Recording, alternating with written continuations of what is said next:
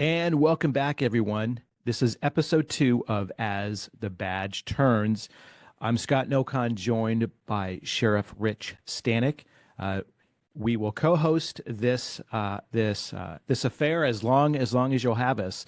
And with this being episode number 2, we thought we really just kind of up our game and bring in Steve Casey. Steve Casey is a just recently retired, though. Steve, we're so formal here. As we've known each other for a number of years. As you've talked about, and let you go into more detail. You've kind of detailed your life out in certain chapters. So, it wasn't that you were done and going to go off and sit on a boat, though more power to you, but it was really what you were going to do next, your next chapter. So I liked how you kind of preface that. But Steve Casey, for those of you who don't know, and really, come on, if you're listening to this show, watching this show, you certainly have to know Steve. He's a fixture in the Florida Sheriff's Association for many, many years. I'll let him talk about maybe brag a little, though. People generally don't brag about themselves, but there's plenty of really great highlights to kind of focus on. Again, we want to hear from, what started you out into Florida Sheriff's Association. Maybe before that, maybe some Jimmy Buffett conversation may come in. We'll see. But really, again, Steve, with Florida Sheriff's Association, that's where our relationship with myself directly and with Prime Health Services and Prime Corrections came together. So from that, I'm just going to kind of sit back and just let you have the floor, let you have the microphone. And again, I appreciate you making the time. And Rich, it's Sheriff Rich. It's worth noting you're dialing in all the way from the other side of the world in Dublin, Ireland, right? Never a bad day in Dublin, No. or in this case, it's the middle of the night. Hey, and Yeah. don't forget, Scott, that Steve is a remarkable friend and Mm. professional, but he's had a number of life changes here fairly recently, from getting married a little over a year ago to retiring, starting chapter 3, trying to figure out who he is as a private citizen. Right. He's an all-around good guy, but this is going to be interesting to hear about Steve and where he's going to be heading and helping us out. As we say, we like to protect the office of sheriff, one podcast at a time. That's a pretty good tagline for us. I What do you love think? that. I think good. Well, since this is being You know what? recorded, we can definitely continue to use that. So, yeah, yes, with that, Rich, I thought you set that up perfectly. And I guess, Steve, it all kind of factors into, so what do you want to do when you grow up, right? Yeah, I think that's a great question. I'm a native Floridian, born in Daytona, raised around Panama City. And from an early age, as a kid, I used to watch lots of Westerns. Hmm. And one of the main characters in those Westerns would be the sheriff or the marshal. And it was just fascinating that this individual would go out and solve other people's problems and provide safety and security, and the community would lean upon them. I remember looking at a Christmas photograph that my mother showed me one time after she realized I was in the law enforcement world. She dug it out from our albums, and it was me and my little brother. I was 10, he was 5. It was Christmas morning, standing in front of a Christmas tree, and we had our regalia on. We had our hats, our vest, our badges, our 6 guns, our boots. I was the sheriff, of course, and he was my deputy. So it's been pretty much a mainstay of my life that I knew that if I got an opportunity to go to work for a sheriff's office or law enforcement agency, I would. And I did. There was a sheriff who came in my 10th grade class in Washington County. His name was Fred Peel. He came in at the invite of the Mrs. Whitehurst, who was the social studies teacher. And he got up and spoke to the class about the office of sheriff and its importance to the community. And he encouraged us to think about a career in law enforcement. And then later, he hired me as a dispatcher jailer under what was known as the CETA program. It was way back in time, Jimmy Carter administration. CETA stood for Comprehensive Education Training Act, and they would provide resources to the local government to hire people under 18-month contracts so they could get some work experience and then also send them to the academy. And that's what Sheriff Peel did for me. And that opened up a wide door. Once I was certified, I was able to go into a full-fledged career. And over the next 30 years, I worked for city, county, and state, and I worked in North, Central, and South Florida. But the career that really kind of set me up for success later was being with the Monroe County Sheriff's Office. And in that career, I hired on as lieutenant and then retired as the lieutenant colonel or the chief deputy. Okay. And that allowed me to finish my degree, go to the FBI Academy, make a lot of new contacts and friends. So, in chapter one, I tell people it was all about government, 30 years, and then I retired. But you start at 20 and you retire at 50, you're not ready to go home. So I created a chapter two, which is I went to the Sheriff's Association, got hired as first the deputy and then later the executive director. And I spent 15 years there. And in that role, I got to work. I had the privilege of working with sheriffs every single day. I would talk to 5, 6, 10 sheriffs a day about things that were going on in their county. And in essence, we were a clearinghouse, if you will, of information to help them do their job, right? And so that association's been around for a long time, established in 1893. So it's about 132, 33 years old today. Sheriffs in Florida have been around for about 203 or 4 years. They were first established in 1821 when Florida became a territory. So by the time we're at 2021, that's a 200-year anniversary of someone upholding the law who had the title of sheriff, and then later became a state in 1845. Up to about 1892, almost all sheriffs were appointed by the governor. But in 1893, sheriffs were now going to be elected, and it stayed the course. One of the things I'm most proud about being there is there was one particular county that had abolished its office of sheriff.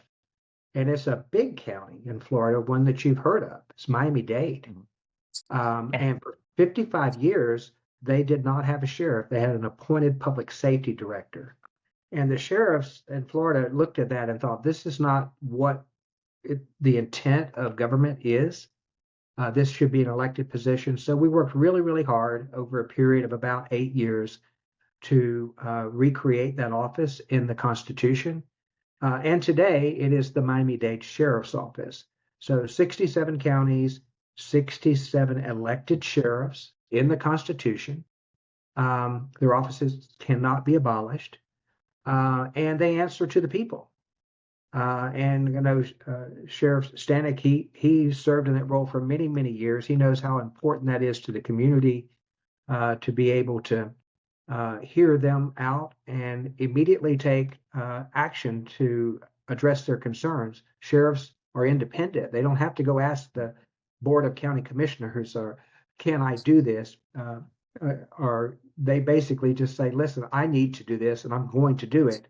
And they have that independence and they have that stability. Unlike other law enforcement models that I've been exposed to over time, you would see that there might be a state director or chief or even a city chief. They do not have the same stability in their roles. They can easily be removed. I think I read somewhere the other day that the average tenure of a police chief in the United States is about 24 months. Okay. And I even talked to the person who was in charge of the Major Chiefs Association, talked to that executive director, or listened to her give a speech one day, maybe a year ago. And what she said is she had a 90% turnover of her chiefs in a 24-month period. And so that's tremendous instability that keeps the chief from being able to do the things he needs to do for his officers as well as the community, whereas the sheriffs just have a very different model. And I think that's why in the United States today, the sheriffs are the preeminent role. And it was an honor to get to spend time with them, working on their issues. And even though the association is 132 years old, it has not hit its full stride yet.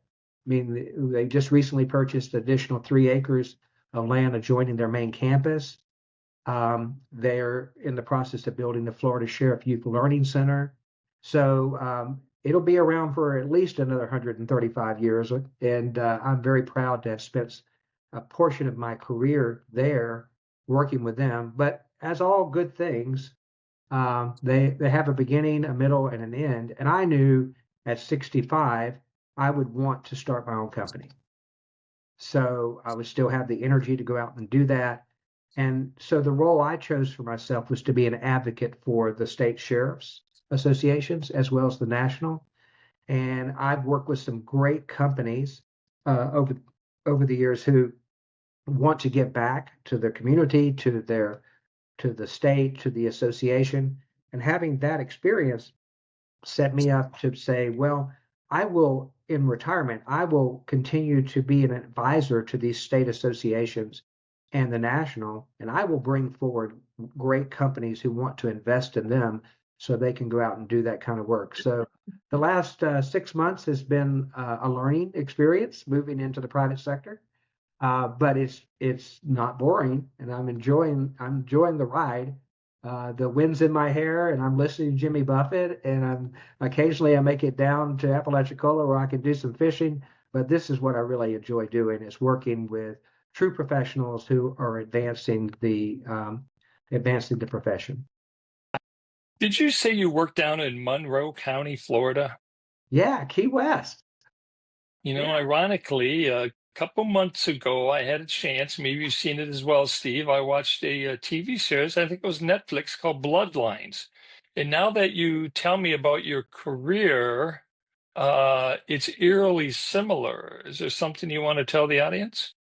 Well, yeah, it's a great show, and I would highly recommend it to anyone who wants to learn more about the Florida Keys. It's set in Key Largo, and in probably 10 years ago. And the gist of the story is you get to follow along the life of the lieutenant who's in charge of the Alamorada substation. And you get to meet the sheriff, and you get to meet the detectives, and you get to meet some of the families that have been there for many years. It's all shot on location.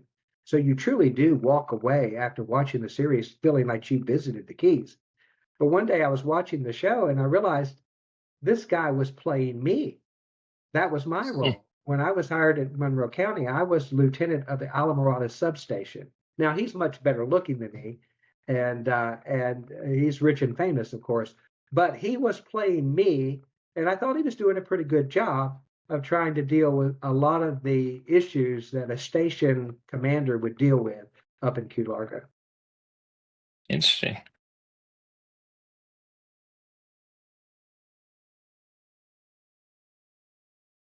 God, I think we lost your audio there for a second. Either that or I've gone deaf. I'm not sure which one here. No. Are you back? No, we still lost you. No, that's all right. He'll come back. Yeah, he'll figure out. There's a switch there probably. He's pointing to the mic now, so he knows it's a switch problem. So I think he'll be joining us here. But I'll tell you one other story about the Keys that I thought was fascinating. Is when I first went down there in December of '86, I met with the police chief and I met with the sheriff because I was working with the state. And that's a very small island if you've ever visited it. It's only like 2 miles wide and 4 miles long, but it is a microcosm of the entire United States. And it's a multi-ethnic community. The Spanish community there, Hispanic, is very, very present. And it was just a great place to serve out part of my career is down there, because if you can, it's like the old saying, if you can make it in New York, you can make it anywhere. Well, I would put it the other way. If you could make it in the Keys, you can make it anywhere because everything's there and you're getting exposed to it. Well, it's really ironic. I have a good friend that lives down there in what I used to call Islamadora, quickly corrected to Alamorada. My friend Donna used to work with me at the Hennepin County Sheriff's Office back up in Minnesota, and now she lives down there. She loves the life, always tan, out on her boat with her husband and doing her thing. But Truly, I mean, was there really a family down there named Rayburn? Or is No, it just all made up and just yeah, a those are setting? fictionalized characters, of course. But there are families down there. The history of that area is fascinating to me too, because um, it's an island chain. It's 120 miles long. It's closer to Cuba than it is to Miami, right? It's 90 miles to Cuba. It's 120 miles to Miami. And a lot of the people who settled it before the bridges connected it were seafaring people. And what I was told was a lot of the Tories that left during the American Revolution went over to the British Isles to kind of ride out the revolution. And then they were going to return when it was over and reclaim their land grants. Of course, the revolution didn't work out for the British. And so they ended up moving down to the Keys. So you have those historical families that are English surnames that were really British subjects that recreated their lifestyle. And even today, the families, the 10 major families of the Keys, of Key West, they're connected to the 10 major families over in Turtle Cay in the West Abacos. Wow. It was amazing to kind of learn that aspect of their history too. True. Well, Scott, I think we Yeah. ought to get right down to it with Yeah. Steve and put him right on the spot. What do you think? I think 'Cause so. And I've back. got some Yeah. probing questions. You're Yeah. back. Good. Yeah, and just this is funny as we're talking about being professionals. I thought I was being professional by clicking the mute button on the audio, and then I kind of forgot I clicked on it. So hey, here we are, here we are. But yes, yes, please, Steve, let's go right into the probing questions section. Sure. Well, it's what everybody wants to know. If every sheriff in America, all 3,089 of them as it currently stands, all want to know who you would say is the most interesting sheriff you have come across. There's a lot of I them. like that. I know, I have some favorites, obviously, myself excluded. But I know you know many of them as well, and you must have one or two. I'll let you have two votes. You get two because it's not fair to pick one or the other. So take two out of the 3,089. Okay. Yeah, I mean that's a hard decision because I've met so many great sheriffs all across the country, especially through the association with NSA. I would say Danny Glick is somebody that really impressed me as, a real live Western style sheriff, cowboy, handlebar mustaches. It's like he stepped out of central casting. But when you sat down with him, because he was president of the Sheriff's Association, and I think he was from Wyoming or one of those states out there. When you sat down, Cheyenne, Wyoming. is that okay? Yeah. So when you sat down and talked to him, you realize he's very progressive. He is advocating for things that would benefit all sheriffs. It's just a different way of approaching the office of sheriff than maybe what you would see in on the East Coast. It's just a different model. A lot of the sheriffs in the East Coast, people like Peter Katusian and B.K. Roberts and what have you, they have a little bit different model of sheriff, but they still have that title and they still have that responsibility. They may just have different duties. I think in Florida, the sheriff that comes to mind is Grady Judd from Polk County. He's kind of larger than life. He's someone who's been in the office almost 50 years at the Polk County Sheriff's Office. And he was someone that was instrumental in my career coming to the association and very supported as chair of the board and then later president and then later on the committee of past presidents. So I learned a tremendous amount from Grady and how to approach issues. And it was always, the bottom line was how does this advance the association? How does this make the office of sheriff stronger? Those are the two central questions that he would often talk to me about. And if you look at it through that lens, then the answer gets pretty clear as to what you need to do. So just off the top of my head, I would mention those four, but that's kind of unfair because there's another 24 I could mention and give you their story too that I've enjoyed working with. You were talking about Danny Glick from Cheyenne, Wyoming. Danny's now retired, of course. but he was the iconic American sheriff. If people envisioned an American sheriff, there'd be a picture of Danny Glick sitting on the mantle. And I'll just say, back in 2016, I had the opportunity to host the National Sheriff's Association in Minneapolis, Minnesota. And Danny was the incoming president. We arranged for Danny to ride a horse on his entrance to cut the ribbon, uh, kicking off that year with national sheriffs. And it was like this TV show I used to watch when I was younger called McCloud, where this guy from Texas would ride his horse down the streets of New York, chasing down bad guys. I mean, he was just a force to be dealt with, and we miss his service. But you're right, people like that really make the profession. We also give away these little statues to people who influence or do great things for American law enforcement. I swear that statue is of Danny Glick himself.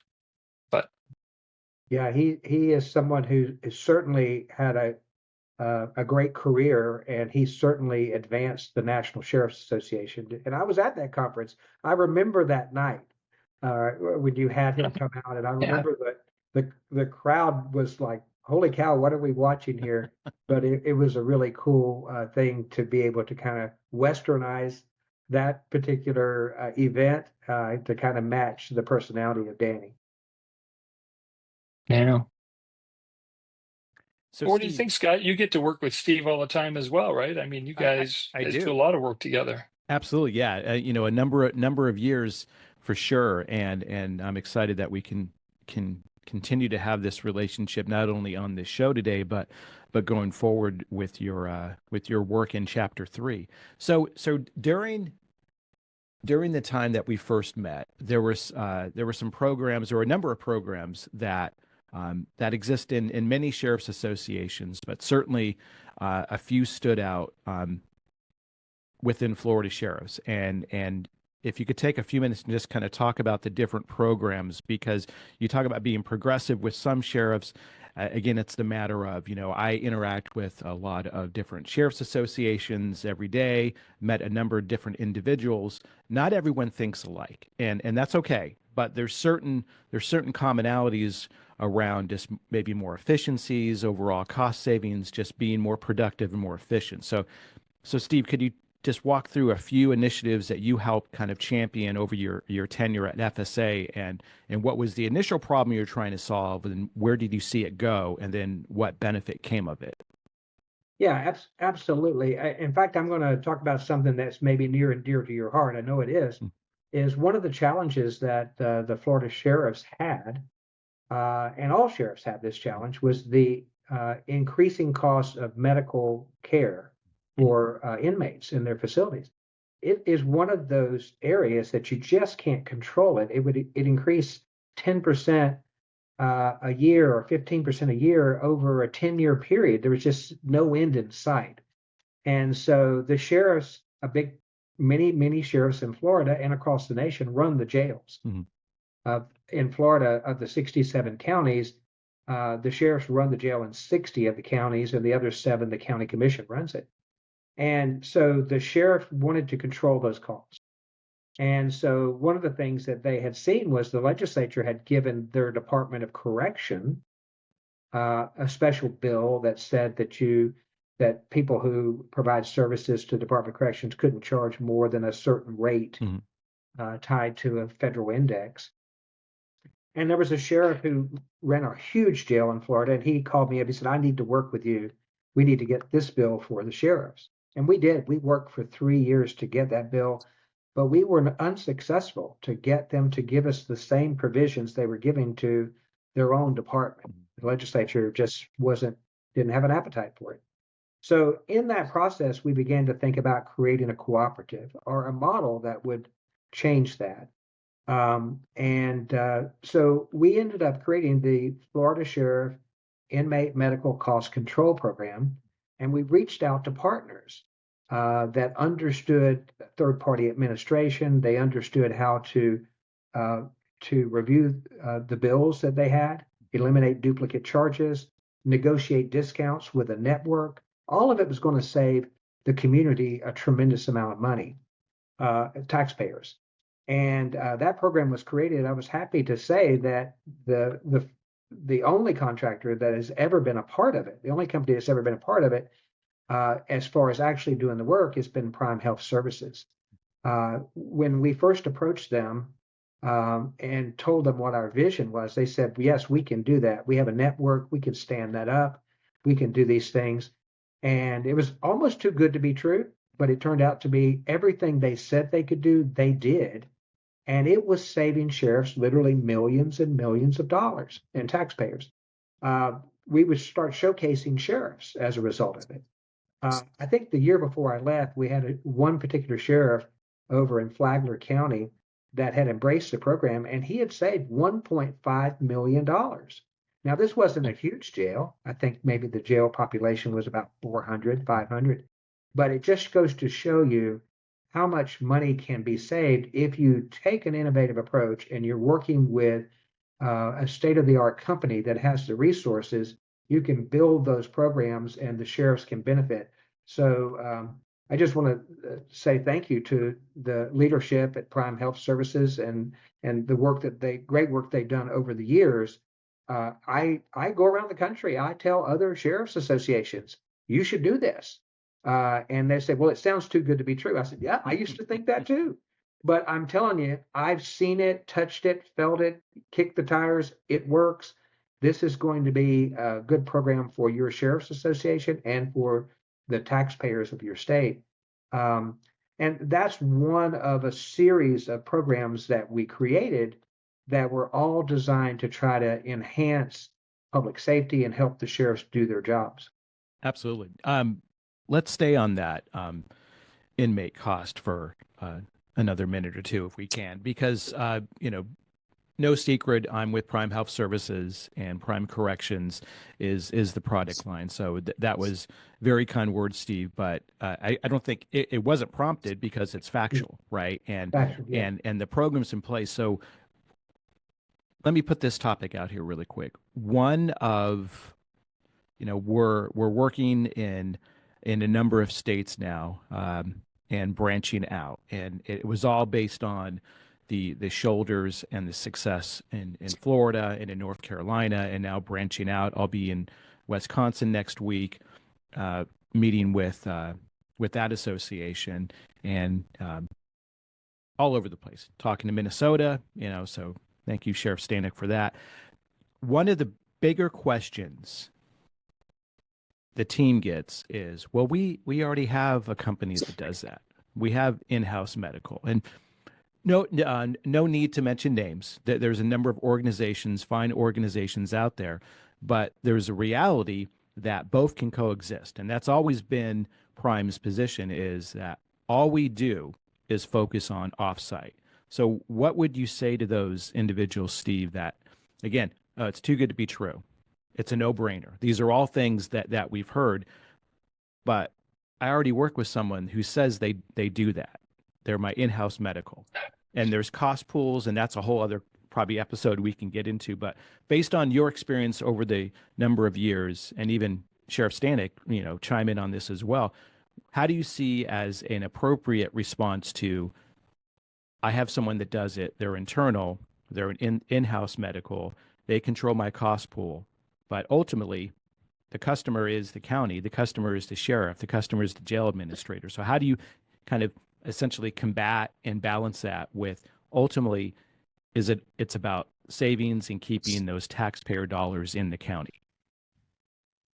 Well, for me, I'm not from Missouri, but I think they're the show me state, right? They are. Yeah. Yeah. So I am akin to them in that regard. I would say that's great. If you created a model that's working, let me see the data to show how much it saved each of your participating sheriffs last year.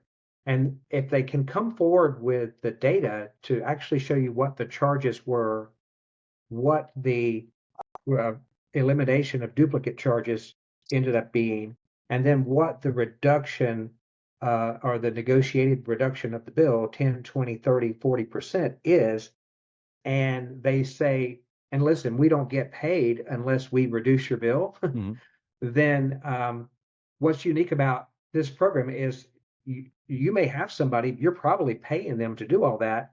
I'm bringing in professionals who do it all across the country, and they're basically saying, if I don't save you money, you don't pay me anything. Right. So it is the true win-win. I don't know of anybody who's ever created a model quite like this one.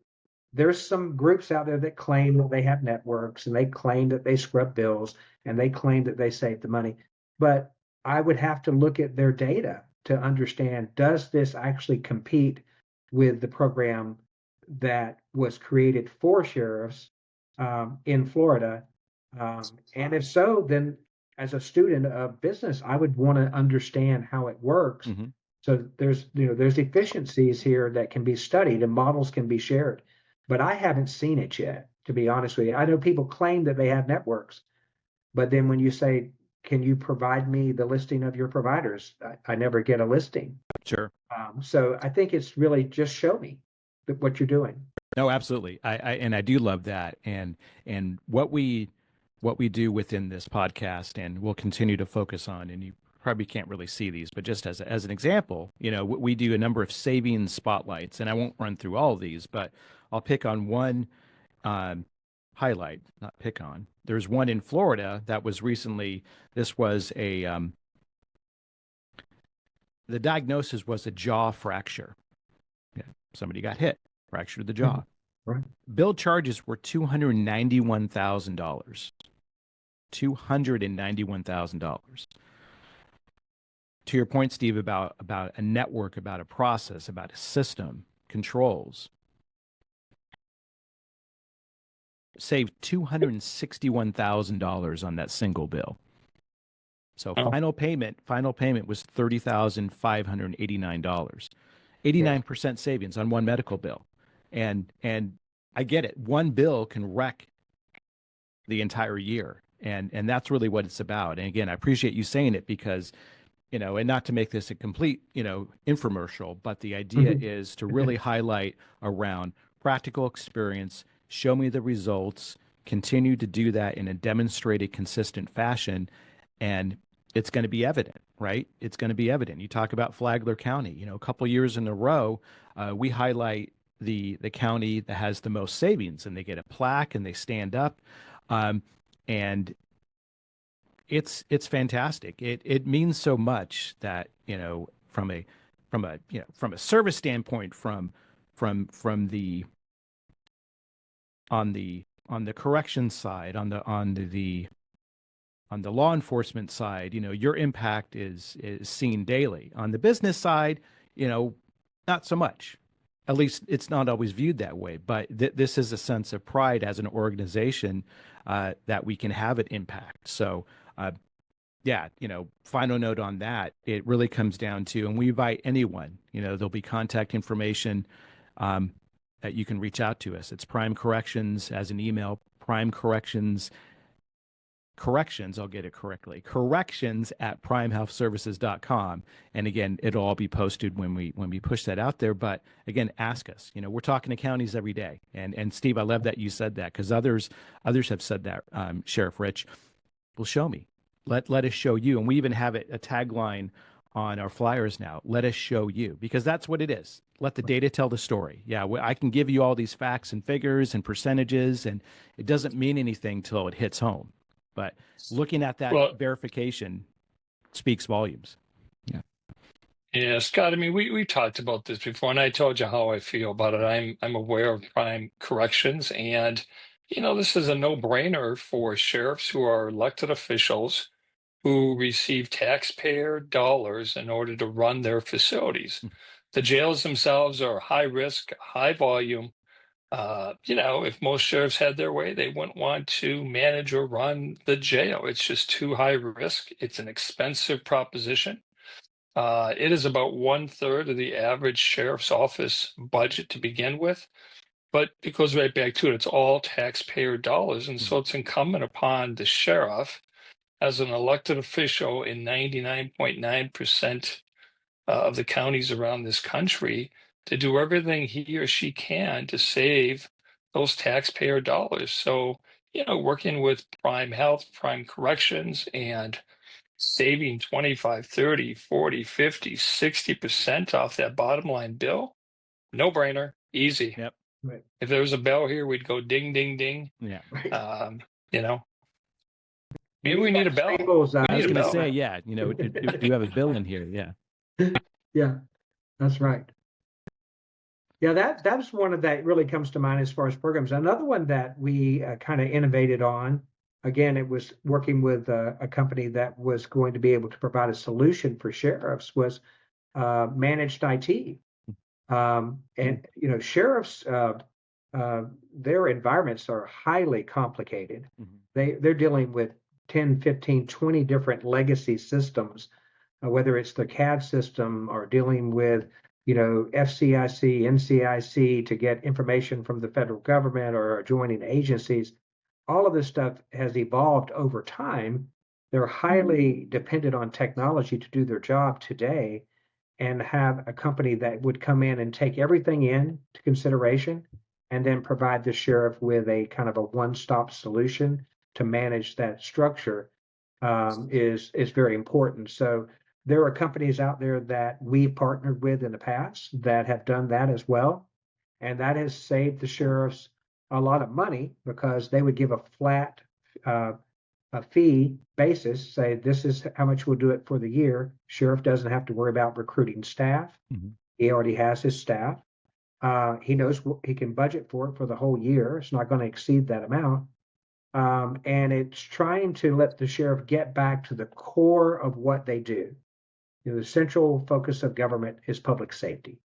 The sheriff is the leader for public safety in the county. That's why when you go into some of these counties, you see not only do they do law enforcement, but they do 911 dispatching, they do emergency management, they run the jail. So the sheriff can be what the community wants him or her to be, and they will bring forward these public safety related assignments if they have trust in them.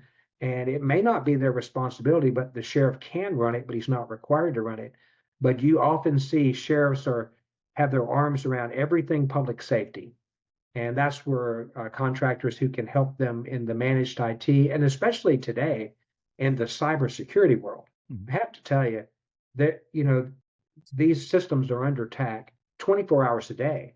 People trying to hack into them say, well, why would they want to? Well, one, they want to shut the system down and hold it for ransom. Two, they want to take that data that's in the system and then figure out a way to put it on the black web so they can then sell it to someone else, right? So sheriffs are dealing with very sensitive data and with, folks who are just beating at the door 24 hours a day trying to find a way to shut down the operations. And so again, it's a major aspect of the job. And in Florida, we were able to bring forward a company called Inspired Technology, which I also advocate for them as I travel around, for sheriffs to look at what they do and see if they have that already. If they say, hey, I've looked at this, I've got all that stuff, I'm good to go. God bless you, Sheriff, and we wish you the best of luck. And we don't want anything bad to happen to you or your community. But in that process of doing the assessment, if it comes back and says there's some weaknesses we can see on its face, let's fix those and let's get you in a situation where you're not going to be the headline. I had a sheriff call me not long ago in a small county. I won't mention his name or the county, but he said, I'm in serious trouble. I came in this morning. Every computer in the entire building has the blue screen of death on it. All the printers are printing, and it's basically saying that the system has been hijacked and that they will be asking for a ransom, and we can't stop the printers from printing. I sent that team over, and they triaged it, and to our amazement, within a matter of 24 hours, they had been able to restore the system and not had to pay the ransom. Nice. But in the meanwhile, they came back and told us what the ransom was. They wanted $1 million in Bitcoins. Well, they're untraceable, right? Wow. Yep. And the sheriff said, I don't have any money. I can't pay. Now, I know government agencies that have paid, which is kind of crazy because think about it. You're trusting criminals who are hijacking your system not to come back later and ask for another $1 million? It's Right. crazy, right? So in Florida, the law says you can't pay it if you're a government agency. So as we move forward in time, I think more and more states will say flat out, you can't pay this extortion. It's a crime. You can't do it.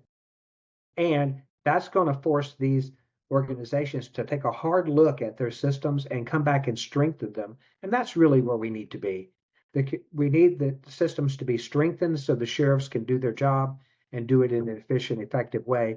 And that's another one of those programs, just to throw a second one out there. Absolutely. What it shows is associations can be very valuable to their sheriffs because they can give the sheriffs access and influence into the legislative process where bills are passed, or special appropriations bills are funded to provide resources back to sheriff's offices via grants.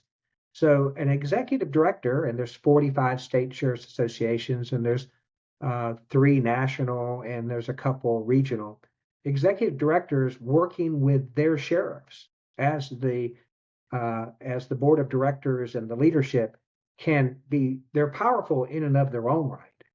But when they come together as a team, I remember one member of the legislature said, well, you're the third legislative body. We have a House, we have a Senate, and then we have the sheriffs.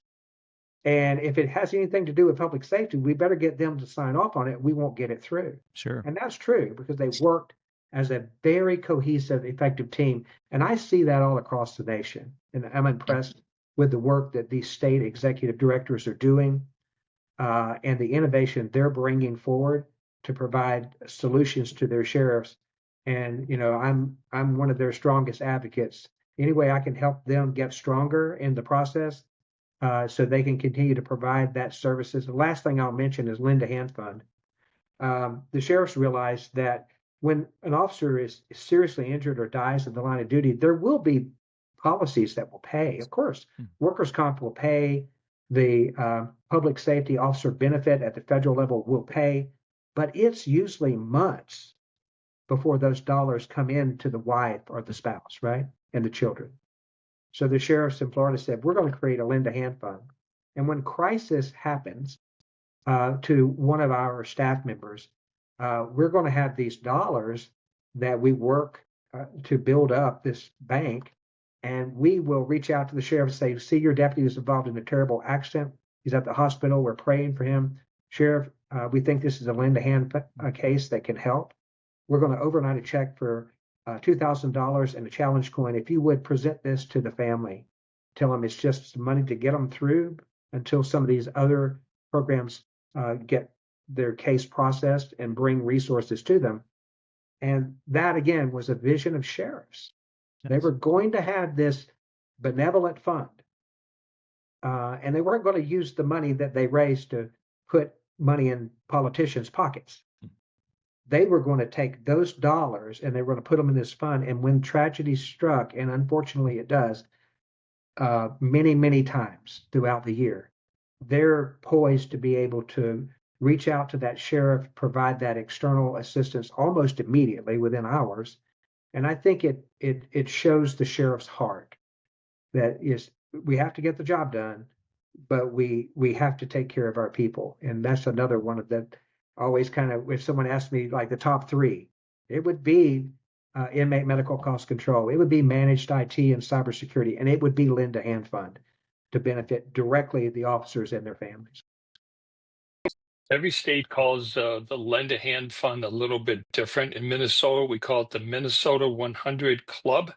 It is just a good public safety message as well, Scott and Steve, and that is, I get a lot of calls at my home and on my cell phone from folks saying that they are this national organization of police, peace officers, sheriffs. I always say I give local, right? I mean, everything is local. So if you have an opportunity and have a generous heart, give locally to a charity back home that helps your law enforcement officers or even the firefighters. Anybody who delves into public safety, they're doing God's work every single day. And it's really important. No, absolutely. I'm glad you mentioned that. Yeah. Sheriff Rich, and that applies to so many things. Buy locally, give locally. Definitely, promote from within and keep it going. Steve, we could probably sit here for hours and go through so many topics because it is such. We've had a number of conversations not recorded. So this one being the first official recording, it definitely, I don't think it'll take much to get you back on this again in the future. But for right now, again, I wanted just to thank you so much. In chapter 3, and I love what you said earlier. It's like, hey, and you said your name, so I don't feel bad saying it because you don't look anywhere near 65. But in that regard, hey, I have energy left. I want to go do it. Some Yeah. days I struggle to get up, and I'm just a few years younger. Not dramatically, it kind of shows.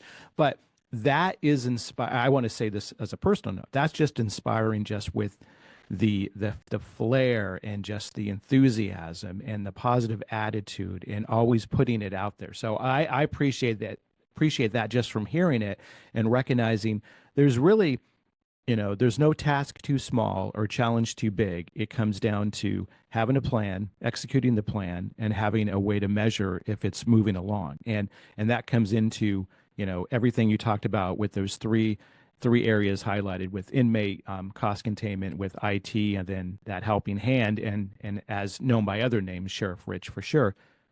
Just have purpose, right? Each day, try to make a difference. Try to lead with a good positive attitude. There's so many things going on in the world that it's just exhausting keeping up with just what you may see on your phone or what you may or may not want to watch on the TV. But there's real life happening, and you guys are part of it each and every day. So I really appreciate it, and I'll let you, Sheriff Rich, speak before we close out today for sure. But I personally appreciate it, as the Badge Turns podcast appreciates it. We're going to gain more listeners and viewers because of your generous time today, Steve Casey.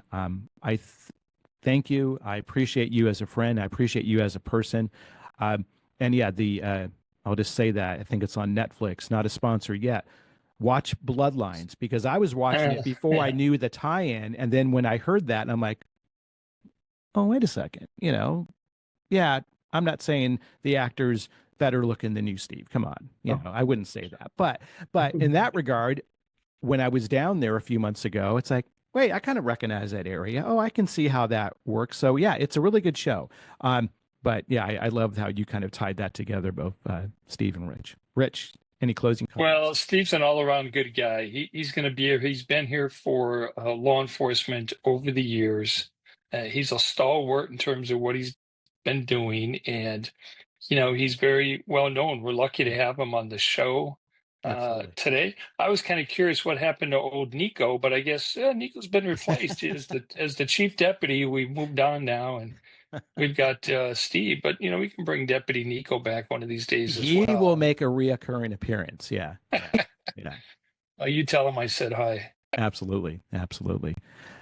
Well, gentlemen, it's been a great honor to be on the podcast today, and I think this is going to help a lot of people as you bring more and more guests online and get their experience and understanding, and kind of showcase some of the positive things that are going on in the environment. And so I'll save my really, really good Jimmy Buffett stories to the next podcast. But yes.